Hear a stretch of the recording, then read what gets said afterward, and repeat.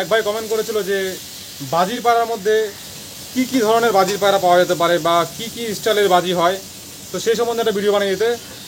তো চলো আজকে ভাই তোমার জন্য একটা ভিডিও বানিয়ে দিচ্ছি। বাজির পায়রা কি কি ধরনের হয়ে থাকে এবং কোন বাজির পায়রা কোনটার থেকে বেটার সে সম্বন্ধে একটা বেসিক এবং অ্যাডভান্স ধারণা দিয়ে দেবো। তো চলো শুরু করা যাক ভিডিওটা। বাজির পায়রা প্রথমত মুর্শিদাবাদ, বেলডাঙ্গা, রাজশাহীর দিকে হচ্ছে বেশি পাওয়া যায়। বাজির পায়রার বৈশিষ্ট্য হচ্ছে সে সমস্ত পায়রা ছোট রাউন্ডে ওড়ে এবং খুব দ্রুত হাইটে চলে যায়। ছোট রাউন্ডে উড়বে, গোল গোল পাকে উড়বে এবং খুব দ্রুত হাইটে চলে যাবে। এটা হচ্ছে বাজির পায়রার একটা বেসিক তাদের ধর্ম। আর অন্যান্য যে সমস্ত বাইরের গিরিবাজ পায়রা হয়ে থাকে সে সমস্ত পায়রা হচ্ছে স্লো মোশনে উঠতে উঠতে প্রচণ্ড দম করে। বাজির বা বেলডাঙ্গা মুর্শিদাবাদের পায়রার তুলনায় কিন্তু ওই বাইরের যে সমস্ত গিরিবাজ পায়রা আছে, কালশিরা, লালশিরা ধরনের পায়রা, ওইগুলো কিন্তু পরিমাণে বেশি দম করে। ওই সমস্ত পায়রা ধীরে ধীরে ধীরে ধীরে হাইট নেয়, আধা ঘন্টা, 1 ঘন্টা, 2 ঘন্টা কিন্তু মিডিল আকাশে করে, তারপর আস্তে আস্তে যত টাইম যাবে হাইট বাড়বে, একদম পুরো ভেনিসে চলে যাবে। কিন্তু বাজির যে সমস্ত পায়রাগুলো আছে ওই পায়রার বৈশিষ্ট্য হচ্ছে একদম ছোট রাউন্ডে উড়বে এবং ফুর্তিতে উড়বে এবং খুব স্পিডে, খুব তাড়াতাড়ি কিন্তু সেই পায়রা ভ্যানিসে চলে যায়। বুঝতে পারে? এটা হচ্ছে বাজির পায়রার মেন বৈশিষ্ট্য। এবার চলে আসি আমরা হচ্ছে বাজি, কি কি ধরনের বাজি দেখতে পাওয়া যায়। বাজি বা খেলা পায়রা, আমরা হচ্ছে খেলা বলে থাকি, বাজি বা খেলা বলতে পারেন, ডিগবাজি বলতে পারেন। তো ব্যাপারটা হচ্ছে যদি কোনো পায়রা এরকম যেতে যেতে বাজি দেয় সেটাকে বলা হয় চলতি বাজি বা রানিং খেলা বলা হয়। যেতে যেতে এরকম বাজি দিয়ে বা খেলতে খেলতে যাবে সেটাকে বলা হয় চলতি বাজি। এরকম খেলবে যাবে সমান্তরাল এরকম সরল রেখা বরাবর যাবে, সেটাকে বলা হয় চলতি বাজি বা রানিং খেলা বলা হয়। আরেকটা বাজি আছে, সেটা হচ্ছে এরকম শীষে বাজি বা সেটাকে সড়ক বাজি বলা হয়, যেটা এরকম আস্তে এরকম উপরের দিকে উঠে যায়, সড়ক বাজি। ঠিক আছে, সড়ক বাজি অনেক ধরনের হয়ে যায়, সেটা আমি লাস্টে বলবো। তার আগে আরেকটা বাজি আছে যেটা বলা হয় ঝুলে যাওয়া বাজি, সেটাও আমি বলে দিচ্ছি। কোনো পায়রা আস্তে আস্তে এরকম যদি বাজি দিয়ে এরকম ঝুলে পড়ে নিচে নেমে আসে সেটা বলা হয় ঝুলে যাওয়া বাজি। ওই বাজি হচ্ছে সবথেকে লো কোয়ালিটির বাজি। যদি কোনো পায়রা এরকম আস্তে আস্তে খেলে গিয়ে নিচে পড়ে যায় সেটাকে বলা হয় ঝুলে যাওয়া বাজি। সেই বাজি হচ্ছে কম কোয়ালিটির বাজি। তার তুলনায় হচ্ছে যে পায়রা এরকম চলতি বাজি দেবে সেটা হচ্ছে বেশি স্ট্যান্ডার্ড। তার থেকেও বেশি স্ট্যান্ডার্ড হচ্ছে যেই পায়রা এরকম আসে সড়কে বা শীষে উঠে যাবে, সেটা হচ্ছে তার থেকে বেশি স্ট্যান্ডার্ড। সড়ক বাজি হচ্ছে এরকম উঠে বাজি দিলেই সেটাকে সড়ক বাজি বলা হয়। আর খাড়া বাজি হচ্ছে এরকম আস্তে আস্তে একদম পুরো 90 ডিগ্রি অ্যাঙ্গেলে উঠবে, সেটা হচ্ছে খাড়া বাজি। এরকম আস্তে আস্তে 90 ডিগ্রি অ্যাঙ্গেলে উঠবে খাড়া বাজি, যেটা হচ্ছে মাছরাঙা বাজি অনেকে বলা হয়। তো ওইটা হচ্ছে সবথেকে বেশি হাই লেভেলের বাজির পায়রা, ওটার ভ্যালু সবথেকে বেশি। তো বুঝতে পেরেছেন কোন পায়রার বাজির দাম বেশি। যেটা অবশ্যই শীষে বা খাড়া বাজি উঠবে সেটার মূল্য অবশ্যই বেশি।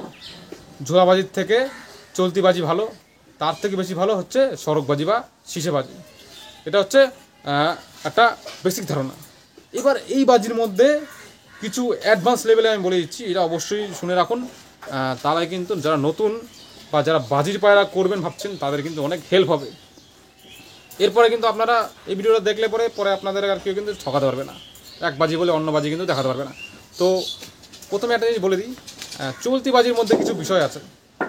চলতি বাজির মধ্যে অনেক পায়রা আছেন দেখবেন এরকম এক জায়গায় দাঁড়িয়ে বাজি দেয়, ওটাকে স্পটে বাজি বলা হয়। যদি বাজির ফ্যাক্টর হচ্ছে যদি কোনো পায়রা বাজি দেওয়ার সময় যদি সাউন্ড হয়, যত বেশি সাউন্ড হবে সেই পায়রার বাজির কোয়ালিটি তত বেশি ভালো বলে ধরা হয়।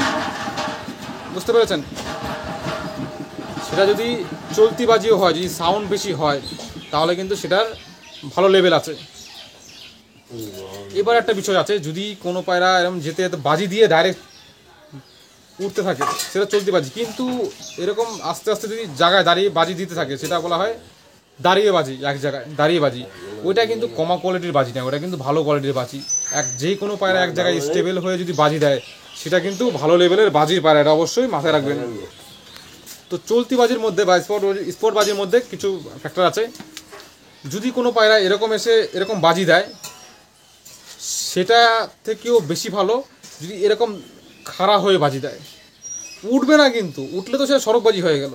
কিন্তু ধরুন তার লেভেলে লেয়ার এটা যদি এরকম থাকা অবস্থায় এরকম থাকার সময় যদি বাজি দেয় তার থেকেও বেশি ভালো যদি সেটা এরকম দাঁড়িয়ে বাজি মারে, উঠবে না কিন্তু দাঁড়িয়ে বাজি মারবে, সেটা হচ্ছে এই যে এটা চলতি বাজির থেকেও বেশি স্ট্যান্ডার্ড বাজি, এবং তার সাথে যত বেশি সাউন্ড হবে সেই সাউন্ড যত ক্লিয়ার হবে তত বেশি ভালো, যেটাকে বলা হয় টাইট বাজি, টাইট খেলা।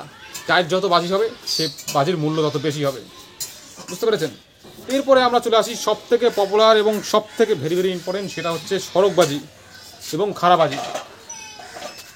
অনেক পায়রা দেখবেন এরকম সড়কে উঠে যাবে, সড়কে উঠে গেলে সেটাকে সড়কে ওঠা বলা হয়, কিন্তু শুধু সড়কে উঠলে হলো না, ওখানে আমার বাজি দেওয়ার ফিনিশিং ভালো হতে হবে। সড়কে উঠে যদি টাইট বাজি দেয় এবং সাউন্ড ভালো থাকে সেটা হচ্ছে খুবই ভালো।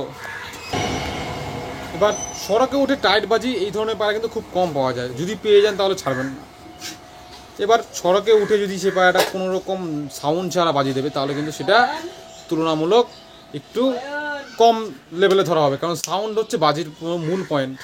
তো সড়কে উঠে যদি সেই পায়রাটা টাইট বাজি দেয় সেটার মূল্য বেশি, এবং যদি সড়কে উঠে সেটা একটু লুজভাবে ডানা মারে, মানে বাজিতে কোনো প্রেশার না থাকে, তাহলে কিন্তু সেটার মূল্যটা একটু কম হবে, বুঝতে পেরেছেন?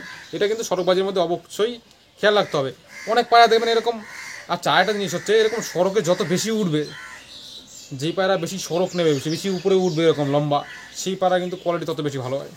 আর একটা বিষয়, সড়কে উঠে অনেক পায়রা দেখবেন এরকম সড়কে উঠলো বাজি দিয়ে আবার এখান থেকে উড়া শুরু করে দেয়, সেটা হচ্ছে বেস্ট লেভেলের। কিন্তু অনেক পায়রা যেরকম সড়কে উঠে বাজি দিয়ে আবার নিচে নেমে আসে, সেটা কিন্তু তুলনামূলক একটু কম লেভেলের।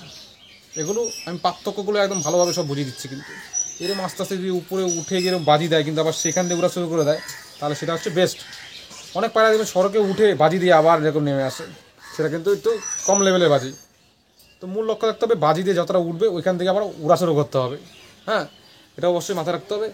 আর আরেকটা বিষয় হচ্ছে যে কোনো বাজি দেওয়ার ক্ষেত্রে যদি ঘন ডানা মেরে বাজি দেয় সেটা হচ্ছে দি বেস্ট। সেটা যে কোনো বাজি, খাড়া বাজি হোক সড়কবাজি হোক, ঘন ডানা চালাবে। ডানা যেন চালানো বন্ধ না হয়, ডানা চালানো বন্ধ না করে যদি কোনো বাজি দেয় সেটা হচ্ছে সব থেকে বেস্ট, এবং তার সাথে যদি সাউন্ড থাকে সেটা তো আরও বেস্ট। আর যাই হোক, ভিডিওটা অনেক বড় হয়ে যাচ্ছে। এই পর্যন্ত যারা ভিডিওটা দেখেছেন তো তাদের জন্য একদম বোনাস টিপস একদম আমি বলে দেবো এখন, মনে রেখে দিন।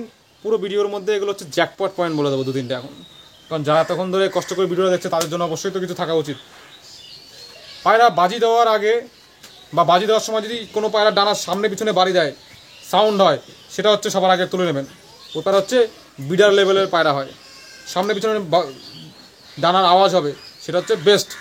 ডানার সাউন্ড হবে, হ্যাঁ, ওটা হচ্ছে বেস্ট, ওরা সবার আগে চয়েস করবেন।